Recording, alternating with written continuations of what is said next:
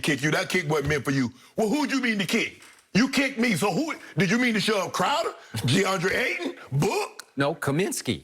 Kaminsky? Yeah. Mikal Bridges? I'm trying to figure, who says you shove somebody, but the shove wasn't, Skip, I can see if I throw a water bottle, if I throw something. Yeah. Okay, in my accident, I'm not a pitcher, so my accuracy might be a little off. My bad, dog, I didn't mean to hit you, I was trying to aim for him. But if I walk up and I shove someone, that shove was meant for you.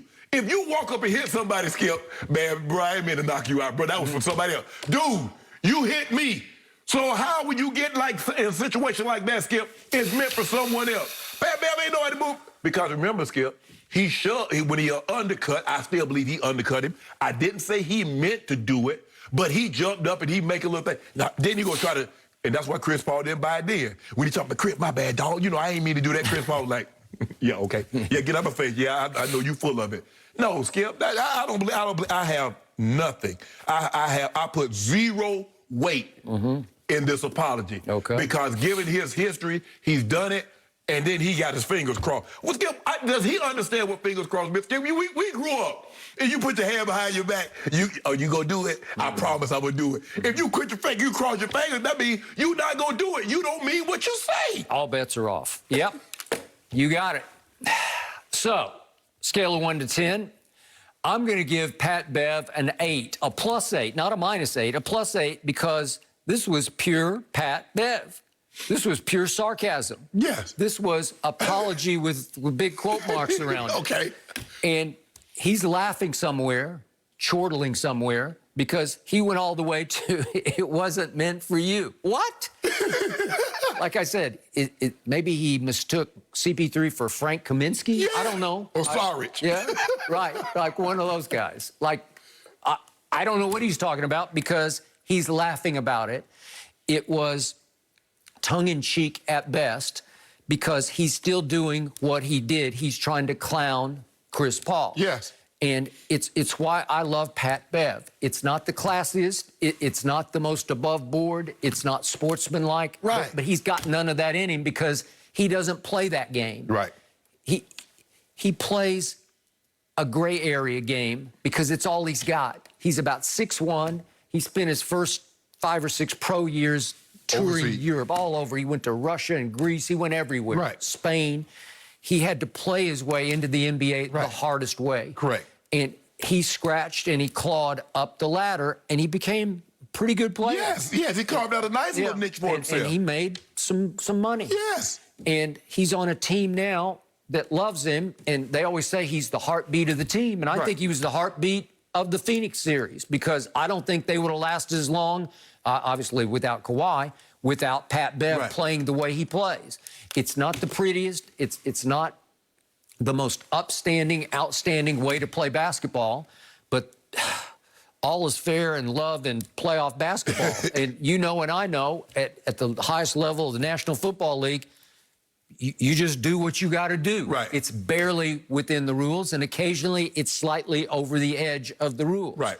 So I've never seen anything like what happened in Game 5 at Phoenix because, again, I disagree with you on what happened on the play. I just thought he was trying to fight hard over the pitch. He was, Skip. He was trying to fight hard. Okay. But what happened is that he ends up clipping Chris Paul's leg. Yeah. Chris Paul is trying to jump into him and draw a foul. He's trying to jump into him. Yes, but Pat Bev gets by him, but his leg clips Chris Paul's legs.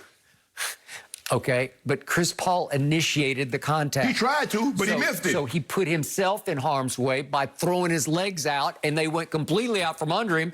And I'm just happy for Chris that he didn't break his tailbone because he came down with all his might on his tailbone. Skip, let me ask you a question. If we're on the interstate and I'm trying to get over in front of you. This sounds like road rage. No. I'm trying to get over, I'm trying to get over in front of you, and you hit me in the back. What you think's gonna happen? You didn't mean to do it. But I got over. You hit me.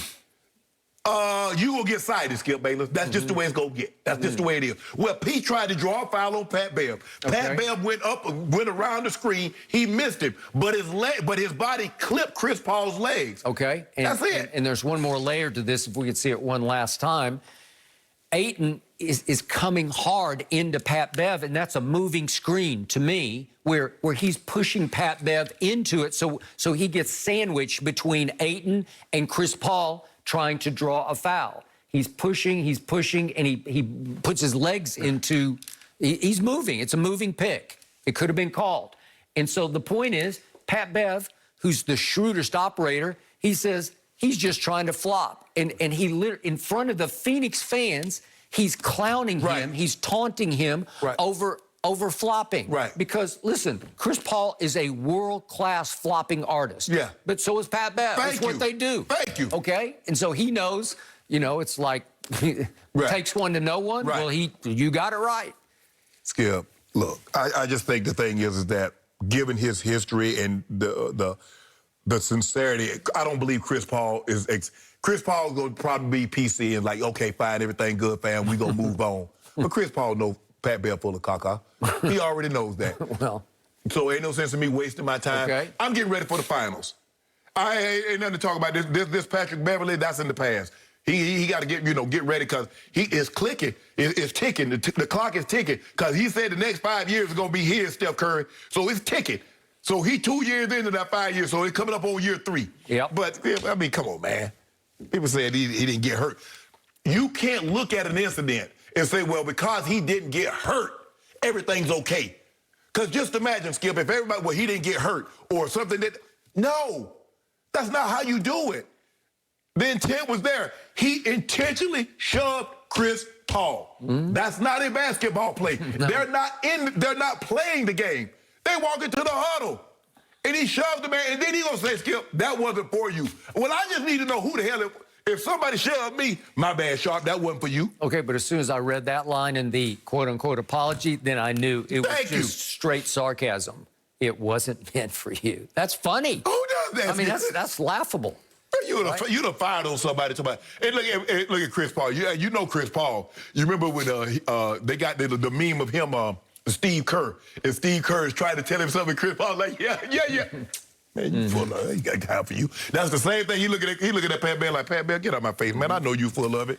So Pat Bev just dug in and said, I ain't going nowhere. Yeah. I'll see you next year. That's what he's saying. But, Skip, does he know what the cross the fingers mean when you issue an apology? I think he does. I don't think he does. Maybe he doesn't. Maybe that the new age people don't realize that. But that's the thing. If you tell somebody you're going to do something and you cross your fingers, that means you're not going to do it. I think he's got a lot of old school in him. Okay. Well, I think he knows exactly what he Well, that further lets me know he's full of it. And Chris Paul like, nah, I'm good. I'm getting ready for the finals. Y'all gone.